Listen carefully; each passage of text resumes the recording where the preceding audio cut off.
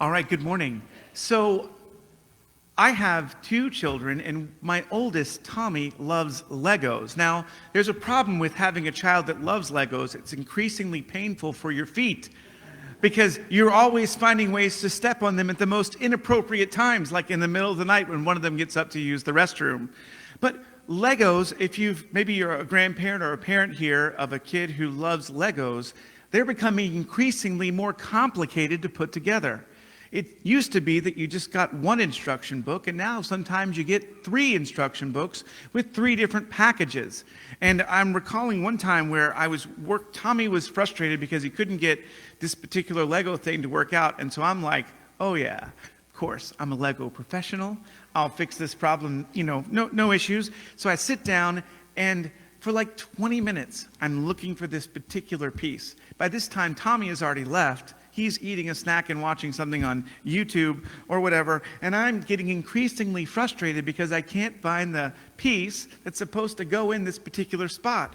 Well, imagine my surprise when I realized I was trying to find a piece from a different part of the instruction manual. I was reading the wrong one. Of course, there was no way I was going to be able to put the Lego together, and the more I tried, the more frustrated I became. And I mentioned that story to you this morning.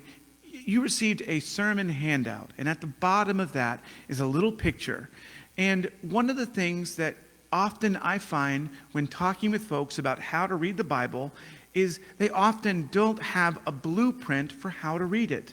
Now, the good news is the Bible does give us a blueprint for how to read it. It starts by recognizing the grand narrative of the Bible: creation, fall, redemption, and restoration. But there's another key idea that can help us as we interpret the text, and that is listed for you right there at the bottom. So if you look at Genesis 1 and 2, we are given a vision of God's design for humanity, and these things are listed at the bottom of your handout. One united people singing one shared song, living under the authority as stewards of one exalted king, and pursuing one sacred mission in one sacred place. Now, if you were to take all of these themes and put them on one side, what you can see is that the rest of the Bible is about how those themes are corrupted by sin, redeemed by Christ, and restored when he comes again. And what's so encouraging is the whole story of the Bible, in some way, is the story of how those things get corrupted and redeemed. For example, in Eden, we're going to talk about a sacred place where God designed for Adam and Eve. Well, do you remember when God said, go to this land I'm about to give you? What was God doing with Abraham?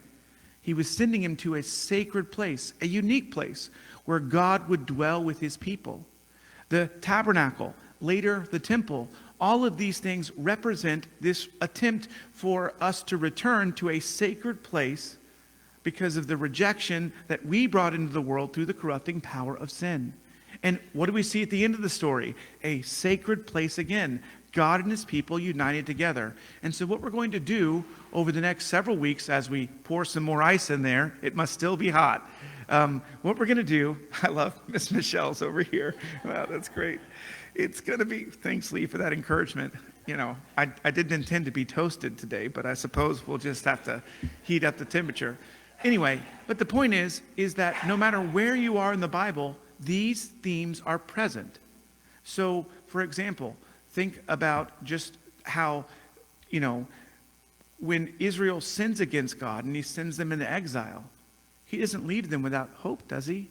No, he leaves them with the promise there's going to be a son who's going to come back and restore that which was lost. Now, that's a long introduction to a sermon that we need to cut short today, but it's important because for many of us, understanding the blueprint that the Bible gives us for how to interpret it can help us when we find ourselves asking the question, what on earth does this mean? Where on earth am I in this particular part of the Bible? And so this morning, we're going to begin where the narrative itself begins in Genesis 1, verse 2, with that sacred place. What kind of world did God create for humanity to inhabit? What kind of place was Eden meant to be? And what does its preparation reveal about God's design for you and me this morning? To answer these questions, we've got to begin with the opening description of creation itself. And this is where our story will start today. If you have your Bibles, open them with me to Genesis chapter 1. We're going to be in the very second verse where we read these words. Now the earth was formless and empty. Darkness was over the surface of the deep. Before Adam and Eve took their first steps in this garden, the earth was noted to be formless and empty. And often when we read this phrase, our attention is drawn to the uninhabitable condition of the world. But if we pay careful attention to the larger context of Genesis chapter 1, we observe that the author's focus is not merely on an uninhabitable earth, but rather on his transforming work of making a place, a sanctuary, where God would dwell with his people forever.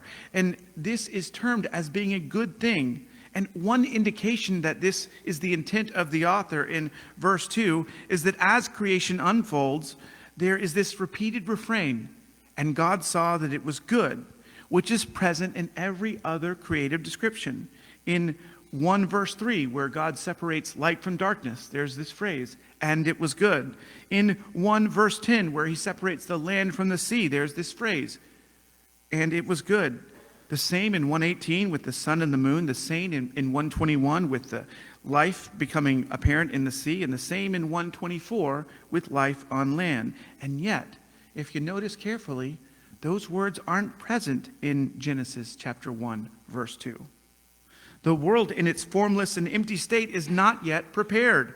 God is still bringing order out of disorder and shaping creation into a sacred place where Adam and Eve could live as stewards in his presence.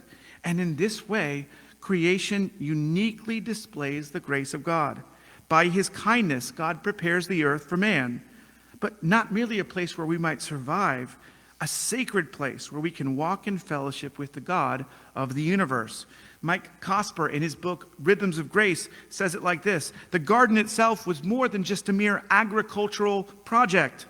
It was a meeting place for God and man, where God walked among humanity. It was the first temple, the first sacred place, set apart from creation for the intersection of heaven and earth. You see, Eden is not simply a garden to inhabit. It's a sanctuary intended to be filled with the presence of God. Imagine for a moment that you have a very important guest coming over to your house for dinner. It's not uncommon when we have important folks or folks that we love coming to visit that we spend a few days making careful preparations. Unfortunately, with my two kids, there is no 2 days worth of preparations. There is the 30-minute scramble to get it look presentable for whoever's coming over. So if it's not perfect and you come to our house, we've tried really hard, I promise. But when you don't have little kids at home, right, you spend a lot of time getting the house ready. You make careful preparations. You clean the floors, you arrange the rooms, you get the meals all ready to go. Every detail thoughtfully considered. And why? You do it because preparation reveals value. The effort that you put into your home reflects the joy of the relationship that's going to take place there. And see, in a far greater way, Genesis presents creation itself as God's preparation for humanity. The forming of the earth, the ordering of creation, the filling of what was formless and empty. These aren't random acts of power. They're acts of divine kindness. God preparing a dwelling where man will live under his rule and enjoy the fellowship of his presence. You see, this reality also in itself points us forward to the great hope of the gospel. For everything that Christ would accomplish in the redemption arc of the Bible moved towards the same end, that God would once again redeem a people living in darkness, that he would once again bring them into his presence through his life and death on the cross and through the presence of his Spirit. John Sailhammer, in his commentary on Genesis 1 and 2, says it like this. He says, just as the future messianic salvation would be marked by a flowering in the desert, referencing Isaiah 35, 1 and 2, so also God's final acts of salvation are foreshadowed right here in creation. In the same way that the wilderness waits for its restoration And just as the light of the sun will break upon the primeval darkness, heralding the dawn of God's blessing, so also the prophets and the apostles mark the beginning of a new age of salvation with light shattering darkness. What is the process that we see in Genesis 1 is reflected in the salvation process to come. Sailhamer's observation helps us see that the creation narrative was never intended to stand isolated from the rest of the Bible. The same God who gradually prepared Eden as a sanctuary for his people would, throughout redemptive history, continue preparing a people who would once again dwell in his presence. In other words, from the opening pages of the book of Genesis, creation itself anticipates redemption. The gradual unfolding of creation as God brings light into darkness, order into chaos, and prepares this sacred dwelling place foreshadows the gradual unfolding of the redemption arc that takes place from Genesis 3 all the way until the coming of Christ. Just as God patiently prepared Eden as a sanctuary where man would dwell in his presence, throughout redemptive history, God progressively unfolds his plan to restore fallen humanity back to himself. Through the prophets, the priests, the sacrifices, and the covenants, the temple and the tabernacle to come, God was preparing his people for the coming of his Son. And when Christ entered the world, he came to redeem a people living in darkness, and once again unite God's people to live in his presence, the shared sanctuary presented here in Genesis chapter 1. And this present reality points even beyond the fulfillment of Jesus. The same God who prepared Eden for Adam and Eve is now preparing a new heaven and a new earth for his redeemed people. The story that begins in a garden sanctuary in Genesis ends in a restored creation where God dwells with his people forever. The grand narrative of the Bible then, from Eden to the tabernacle, to the temple, to Christ, finally to new creation, is the story of God bringing his people back to the place where they could delight in him as they were intended from the very start. The God who brought light into darkness and order into chaos in Genesis is the same God who, through Christ, would one day bring sinners out of darkness and restore them to the joy of his presence forever. Now, here's what I want to do this morning. I want to take a few moments to apply these truths for us today. And here's the first application. When we allow our assumptions to define how we read the text of the Bible, we can often miss the message that God intended to reveal all along. Now, here's what I mean by that. If the progressive preparation of creation as a sanctuary where God would dwell with his people is the central theological movement of Genesis 1, now that's a big if, then we must be careful not to reduce this passage primarily to a scientific debate about the age of the earth. Too often, Christians approach the opening pages of Genesis as though its primary purpose is to settle modern scientific questions. And as a result, Christians end up dividing themselves into two competing camps, young earth and old earth, where there can be endless debates over the exact mechanics of creation. Now, I'm not saying those discussions are unimportant. And I'm not saying that faithful Christians can't disagree with the conclusions that you draw from those discussions. But what I am saying today is that we can miss the heart of the passage when those debates become the primary focus of what we read. Imagine for a moment that you're walking through a museum. My wife Dorothy had the privilege of going to the Louvre and seeing the Mona Lisa in person. Okay? But imagine you're going through a museum and you're in there, the Mona Lisa's right there in front of you, and everyone's kind of looking at the picture and oohing and awing over the picture there. But imagine there's one person in that group who stands back and he's looking at this picture that the artist painted, and he gets completely fixated on the frame of the picture.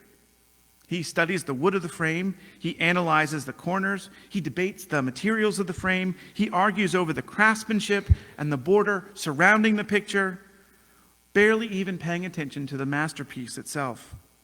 Now the frame, it does matter. It supports, it surrounds the painting, it's got a purpose, but the frame was never meant to be the central focus. The artist intended for the people to behold the beauty of the picture itself. And in many ways, this is what can happen when Christians approach the opening chapters of Genesis without considering the overall intent of the author in this narrative. And if we're not careful, it's possible to be so consumed with secondary questions and scientific details that we fail to step back and behold the central picture that Moses is painting for us. You see, Genesis 1 is not merely presenting information about how the world came to exist. It's revealing why the world was created. It's revealing what humanity was made to do. The focus of the narrative is that God, by his grace, was preparing a sacred dwelling where humanity could live under his rule, enjoy his fellowship, and reflect his glory. And when we miss that truth, we risk walking away from Genesis with an extensive knowledge of our perceived facts about creation and missing the whole purpose given to us by the Creator himself and the sanctuary designed for his people. You see, Moses is not merely trying to answer the question, how was the world made? He's answering a far greater question. Questions like, who is God? Who are we? Why were we made? And what kind of world has God prepared for us? Genesis presents creation as the gradual forming of a sacred place where humanity would live under God's rule, enjoy fellowship with his presence, and carry his image to the ends of the earth.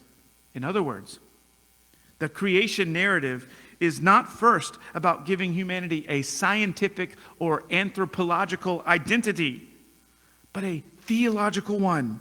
Moses wants us to see that mankind was created for worship, fellowship, stewardship, and communion with God. And the order and design of creation reflects this purpose before all others. And I would argue today that's why the gospel really is such good news. Yes, sin fractures humanity's fellowship with God and turns this sanctuary into an exile. But through Christ, God is restoring what was lost in Eden.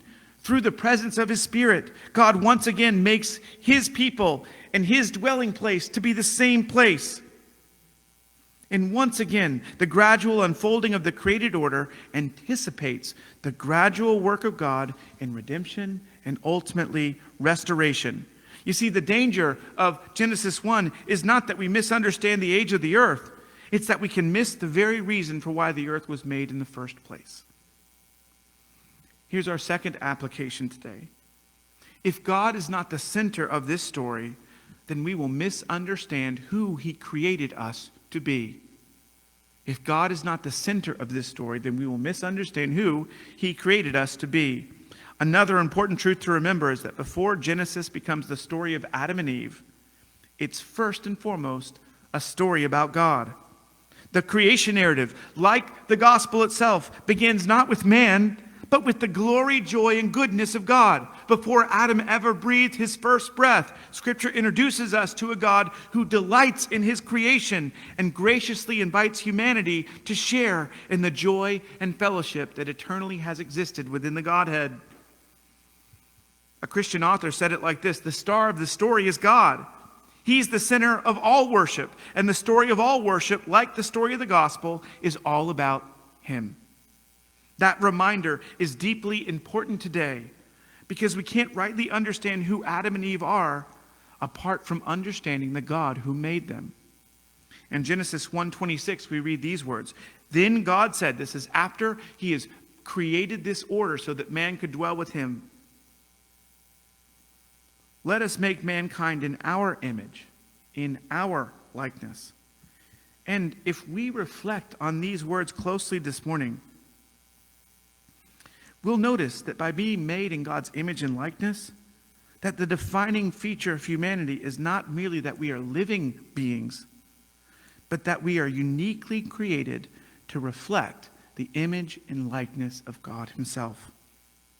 You see, in one sense, all creation glorifies God, As the psalmist declares in Psalm 19, the heavens declare his glory, the skies proclaim the work of his hands. Day after day, creation pours forth speech, testifying to the greatness of its creator. And yet, in 1:26, with these words, unlike the rest of creation, humanity alone is invited to participate in that worship consciously. Hear that. We are consciously invited to participate in this worship.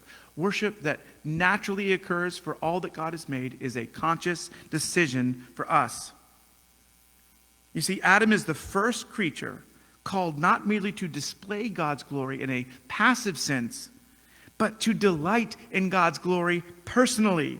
Worship for Adam is not a mechanical instinct, it's a joyful response. He's invited to lead creation in this song. And as we'll see in far more detail next week, that's why humanity is given dominion over creation. Adam's not placed in the garden just to survive, but to cultivate it, to steward it, to extend the beauty and order of God's sanctuary throughout the whole earth. In this way, Adam's mission is intended to reflect God's glory, just like a mirror, all throughout the created order. Just as God creates, orders, and delights in his works, so Adam, on a scale suited to his smallness, is invited to participate in that same joyful work. Don and Michelle, why don't you guys go ahead and make your way up? Daniel, if you're up there, keep cooling it off for us. Have you ever been to a lake that had a great view? Let me rephrase that. One of the prettiest sights I've ever seen is a lake up in the mountains. You know, if it's a clear lake, you look at the surface of the lake and what do you see? You see a reflection of all the beauty that's around it. So imagine that you're coming up to a lake, it's early in the morning, the sun's just beginning to rise, and when the water is calm, the reflection is so clear that the beauty of the sky seems to fill the surface of the lake itself. The lake possesses no light and no beauty of its own. Yet the lake becomes radiant because it reflects the glory shining upon it. And that's exactly how God created Adam and Eve and us to be. We were never intended to replace God, compete with God, draw attention away from God. Adam was created to reflect him, and every act of cultivation in the garden, every moment of obedience, every expression of worship, even the joyful exercise of dominion was meant to mirror the goodness, wisdom, beauty, and order of the Creator throughout the earth that he has made. And that's why being made in the image of God is such a sacred calling. You see, humanity was created so that the glory of God would be reflected throughout the creation, just like sunlight dancing across the waters. And this, I would argue, is why sin really is so tragic. Sin is like when someone throws a stone in a lake. What once reflected God so clearly becomes distorted and broken as the ripples spread. Humanity still bears the image of God in Genesis chapter 3, but that reflection has been fractured and marred by the rebellion and corruption caused by sin. Yet, through Christ, God begins restoring what sin distorted, so that once again his people might reflect his glory and delight in his presence. Miss Susan, if you could come on up for me. This means that worship is far more than just a weekly activity that we participate in when we're here at 1285 Ashley Hall Road. Worship is the very purpose of our existence. Humanity was created, as we'll see next week, and designed to live in the presence of God, to delight in his glory, to reflect his character, and joyfully participate in his purposes throughout the world. And this really is why sin is so devastating. Sin is not merely the breaking of rules. It's humanity turning away from the very joy for which it was created. Now, that finishes our reflection on Genesis 1:2 today. But the invitation is going to be a little bit different. Some of that caused by scheduling, but I look on it now and think some of it caused by providence. The invitation today is going to be displayed in the actions that we take here in just a moment. baptism is not something that saves us. Baptism, in one sense, has nothing to do with salvation. And yet, in another sense, it has everything to do with salvation. For in baptism, we are displaying how the gospel changes a heart. Baptism declares to the world that we are adopted by the grace of Jesus. When we go under the water, it's the expression that our old way of doing things is no more. When we come up out of the water, we're saying the resurrection of Jesus defines our reality. In the same way that we are moving from death, we are resurrected into a new kind of life. Baptism is not just about adoption. It doesn't just display the beauty of the resurrection in the gospel. It also declares that you have a new identity, that your value, worth, and purpose don't flow from what we do, but from what Christ has done for us.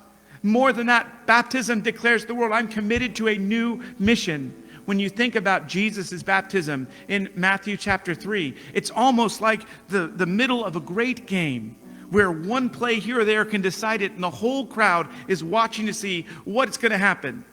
And when Jesus comes up out of the water, he declares, I intend to go to the cross. I intend to do that which God has called me to accomplish. If you notice afterwards, he's immediately tempted. He calls his first disciples. He begins his public ministry. Nothing happens until after his baptism, because his baptism was a declaration of war on the principalities and rulers of the kingdom of the air. So when you see Don and Michelle baptized in just a moment, they are declaring to the world they have a new mission. They have a new identity. There's a new sacred place in their hearts. And so that's the invitation today. Lee is going to be down here. He's going to do our benediction in a moment. But if you'd like to come and talk about what it means to follow Jesus, maybe you're here this morning and you're like, my worship is more defined by my calendar than by my relationship with Christ. If that's you, find Lee. We want to pray with you. We want to talk with you about that. If you're here today and you're thinking, I want to show my dedication to following Christ. I want to get baptized. I'd love to have that conversation with you this morning. Hopefully the baptism pool won't be as hot as a sauna, okay? But all jest aside, the invitation today is come. Lee's right here. We'd love to talk with you. I'm going to make my way up and we're going to do our baptism now. But come, let's worship this great King together. I'll see you in just a few minutes.